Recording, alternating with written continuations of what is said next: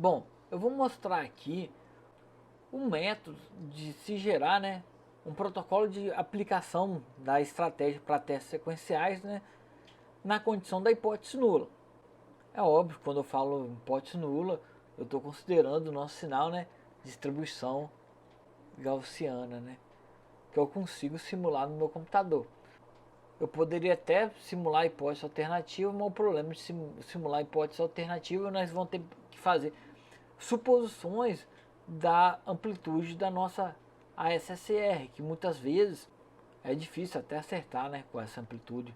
Já na hipótese nula, suposição de uma distribuição gaussiana, embora não seja ideal, funciona bem, né, nos nossos dados e consegue uma boa representação aí. Bom, se você observar o protocolo que eu apresentei de detecção, que eu apresentei para vocês, é um protocolo bem simples, né? Dado os nossos parâmetros, é fácil fazer essa simulação, mas o objetivo dessa simulação, eu quero mostrar algumas partes que podem ser otimizadas na condição da nossa pesquisa, no qual que nós vamos fazer uma busca, né, de uma grande variedade de parâmetros.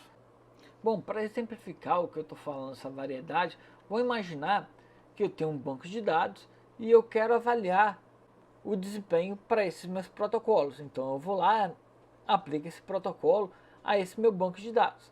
Agora, eu desejo alterar o MSTEP para 4, por exemplo, né? Para esse novo conjunto de parâmetros, eu aplico novamente meu banco de dados. Então, para cada variação, né, de um desses meus parâmetros, eu tenho que aplicar esse novo protocolo ao meu banco de dados. Não é difícil observar que o número de janelas nosso maior, por exemplo, se eu usar um número de janela igual a 300, eu vou ter uma variedade de parâmetros possível, né, aqui gigantesca. E se toda vez que eu variar um parâmetro, aplicar novamente no meu banco de dados, o protocolo, isso pode levar a tempos longos de simulação.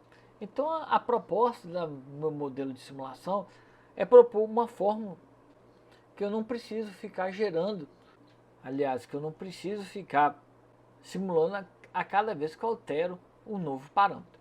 Bom, o que tem entre comum qualquer outro parâmetro é a questão da janela, que é sempre um múltiplo da minha janela. Então a ideia da minha simulação é sempre fazer uma simulação de tal forma que eu utilizo o número mínimo de janelas, que seria nessa condição m mínimo igual a 2, né? E o mstep igual a 1.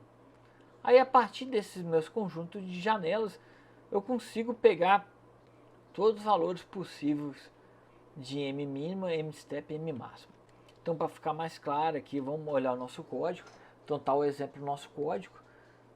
No caso do meu código aqui, eu utilizei como um dos parâmetros o número meu de experimentos. Isso talvez na aula de hoje não vai fazer tão efeito, mas isso vai ser importante, que posteriormente vão fazer algumas análises, e para essas análises é necessário realizar várias vezes a nossa simulação.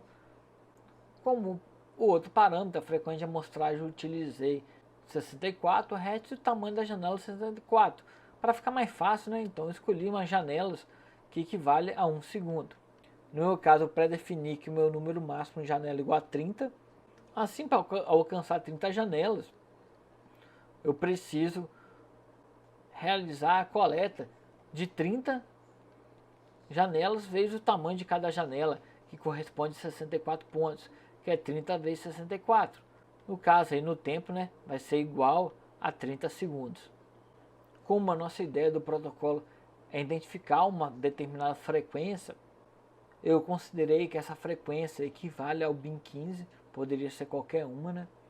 No nosso caso do exemplo aqui não ia fazer nenhuma diferença se for como na condição de uma estimulação, né, que é a hipótese alternativa, eu tenho que escolher o bin equivalente à nossa frequência de estimulação, beleza? E a ORD, onde vou armazenar os valores do nosso detector. Isso aqui vai ser uma matriz onde cada uma das linhas vai ser para cada um das minhas rodadas, né, que equivale a um experimento. O M máximo seria o nosso tamanho de janela. Ou seja, se for imaginar a forma matricial, cada uma das linhas, né, indica um experimento. Essa parte importante. Aqui, ó, eu tenho as nossas colunas um valor igual a M máximo. Onde no meu algoritmo, essa primeira célula seria para M, o equivalente do nosso detector para M igual a 1. Aqui o M igual a 2. Aqui o M igual a 3. Aqui o nosso M igual a 4. E aí vai seguindo até a nossa última célula ser M igual ao nosso M máximo, que no caso do exemplo é igual a 30. Esse é um primeiro experimento. E aí eu vou ter o nosso segundo experimento, que vai ser aqui embaixo, e aí segue. Ou seja, vou ter uma matriz aqui, onde indica o M da minha janela, e aqui o meu número de experimentos. Beleza? Então vamos lá para cada um dos meus experimentos, né? Então na minha primeira linha aqui, eu gero um sinal nosso, que foi coletado, com o tamanho do N total, ou seja, já tem o nosso sinal total. E a segunda parte, eu divido esse sinal em janelas, né? Considerando o nosso M máximo, ou seja, aqui vai ser um sinal que vai ser dividido em 30 janelas. Ou seja, aqui está 30 janelas. Então a nossa lógica, agora como é a nossa ideia? Para uma janela eu aplico o meu detector. Aí eu armazeno aqui M igual a 1. Deixa eu fazer aqui, ó, nossas janelas, e daqui é o nosso vetor por experimentos. Para uma janela, aplico o meu detector e eu armazeno aqui. Aí depois eu incremento minha segunda janela, né? E essa segunda janela, para esse novo conjunto de dados, eu aplico o meu detector e eu vou armazenar aqui no M igual a 2. O M igual a 3, aí eu aplico agora o nosso detector para essas três janelas e eu vou armazenar nessa posição 4. E esse processo segue, né? Até na hora que alcançar o M igual a 30. Então, quando aplica todo ao meu conjunto todo de dados, eu armazeno aqui. Beleza? E como eu vou fazer isso? Ó, por meio dessa minha funçãozinha aqui, ó. Eu tenho o nosso XFFT, depois eu vou entrar em mais detalhes aqui, porque eu já apliquei FFT.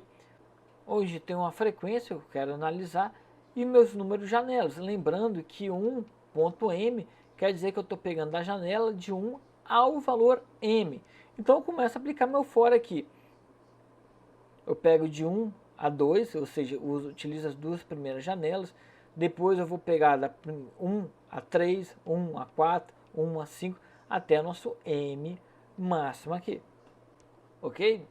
Bom, agora você me pergunta por que eu apliquei essa FFT antes aqui.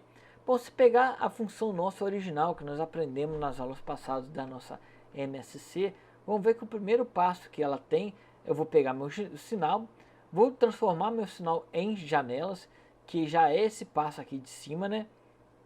Deixa eu até fazer com outra cor. Que é esse passo aqui, ó, eu já estou feito, ou seja, eu não preciso fazer isso novamente. Então meu sinal já está janelado. E depois o próximo passo a esse sinal janelado da nossa MSC é aplicar a FFT. Beleza? Mas nota aqui, ó, a MSC, dentro desse for aqui, está sendo chamado M máximo de vezes, né? É proporcional, que teoricamente é M máximo menos 1, que eu já começo do 2 aqui.